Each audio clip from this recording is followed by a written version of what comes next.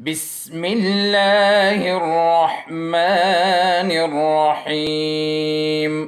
السلام علیکم عزیز طلبہ، آن لائن کلاس میں دوبارہ آپ کو خوش آمدید کہتے ہیں۔ جماعت ہشتم، مضمون جغرافیہ اور لیکچر نمبر 7۔ آج ہم نئے ٹاپک کا آغاز بلکہ نئے چیپٹر کا آغاز کریں گے، چیپٹر نمبر 3، اور اس کا نام ہے بحر۔ دنیا میں 5 بحر ہے جن کے نام میں نے یہاں پہ لکھے ہیں۔ سب سے بڑا بحر الکاہل، یہ سارے کے سارے میں پریکٹیکلی آپ کو دکھا دیتا ہوں کہ دنیا کے نقشے پر یہ کہاں پہ واقع ہے اور کن کن ممالک کے ساتھ ان کے پانی یا بارڈرز لگے ہیں۔ تو سب سے پہلے آتے ہیں بحر الکاہل کی طرف۔ اس کا نام کاہل کیوں رکھا گیا ہے؟ اس سمندر میں زیادہ پانی کی وجہ سے اس کا رفتار تھوڑا سا سست ہے بنسبت بحر اوقیانوس یا ہند یا دوسرے جتنے بحر ہے اس کے نسبت بحر الکاہل کی رفتار سست ہے اور پانی انتہائی زیادہ ہے، اس لیے ان کو یہ نام دیا گیا ہے۔ میں آپ کو نقشے پر دکھا دیتا ہوں۔ دیکھیں، امریکہ، نارتھ اور ساؤتھ امریکہ کے مغرب کی طرف اور ایشیا کی مشرق کی طرف اس طرح آسٹریلیا، اس کے درمیان جو سمندر آپ کو نظر آ رہا ہے، یہ سارا علاقہ یہ بحر الکاہل کا علاقہ ہے۔ اس نے کتنا علاقہ گھیر رکھا ہے؟ اس کی گہرائی کتنی ہے؟ تقریباً آپ کے بک میں 110 کلومیٹر اس کی گہرائی ہے۔ فلپائن جو کہ موجودہ پروننسیشن فلپین کیا جاتا ہے، فلپین کے نزدیک ماریانا ٹرینچ کے قریب اس کی گہرائی 110 کلومیٹر ہے۔ باقی جتنا رقبہ ہے وغیرہ یہ آپ کے بک میں موجود ہے۔ اس کے بعد بحر اوقیانوس ہے، دنیا کا دوسرا بڑا سمندر ہے یہ۔ اس کے ایک طرف امریکن ممالک یا براعظم اور دوسرے طرف دیکھیں، یہ میں آتا ہوں اس سے، یہ امریکہ نارتھ اور ساؤتھ، دوسرے طرف افریقہ اور یورپ، اور اس کے درمیان یہ پورا علاقہ یہ بحر اوقیانوس کا ہے۔ کاروباری لحاظ سے دنیا کا مصروف ترین سمندر بھی ہے، چونکہ یہ امیر ترین ممالک کے درمیان میں ہے، اور اس کے ساتھ ساتھ خوبصورت بندرگاہ دنیا کے وہ بھی قدرتی اور خوبصورت بندرگاہ بھی بحر اوقیانوس کے ساتھ وابستہ ہے۔ تیسرا نمبر رقبے کے لحاظ سے بحر ہند ہے۔ ہم آتے ہیں بحر ہند کی طرف۔ یہ دیکھیں، گلوب میں انڈیا کے نیچے افریقہ کے مشرقی علاقے کی طرف اس طرح آسٹریلیا کے مغرب کی طرف آپ آ جائے، اور انٹارکٹیکا کے شمال میں اس کے درمیان میں جو علاقہ ادھر گھیر رکھا ہے اسے انڈین اوشن یا بحر ہند کہا جاتا ہے۔ 4 نمبر پہ بحر منجمد جنوبی۔ منجمد فروزن کو کہتے ہیں، یہ 4 نمبر پہ بڑا سمندر ہے، اور سال کا تقریباً زیادہ تر عرصہ یہ منجمد رہتا ہے، فروزن رہتا ہے برف کی وجہ سے۔ اور یہ جنوبی علاقے میں آپ کو یہ دکھا دیتا ہوں، یہ انٹارکٹیکا کے ساتھ یہ والا حصہ جتنا ہے انٹارکٹک سرکل میں، تو یہ اس میں آتا ہے۔ منجمد شمال کی طرف جو گرین لینڈ کا علاقہ ہے، سویڈن، ناروے اور رشیا کے شمالی، کینیڈا کے شمالی علاقوں کے ساتھ جو سمندر لگا ہوا ہے، یہ بحر منجمد شمالی ہے۔ پھر آتے ہیں بحیرے کی طرف۔ بحیرے بھی بحروں کے حصے ہوتے ہیں، لیکن رقبے کے لحاظ سے تھوڑے چھوٹے ہوتے ہیں۔ عام طور پہ جس طرح ہم کہتے ہیں کہ سمندر، کراچی کا سمندر وغیرہ، تو یہ چھوٹے چھوٹے سمندر یہ بحیرے کہلاتے ہیں۔ بحیرے روم یہ کہاں پہ ہے؟ آپ کے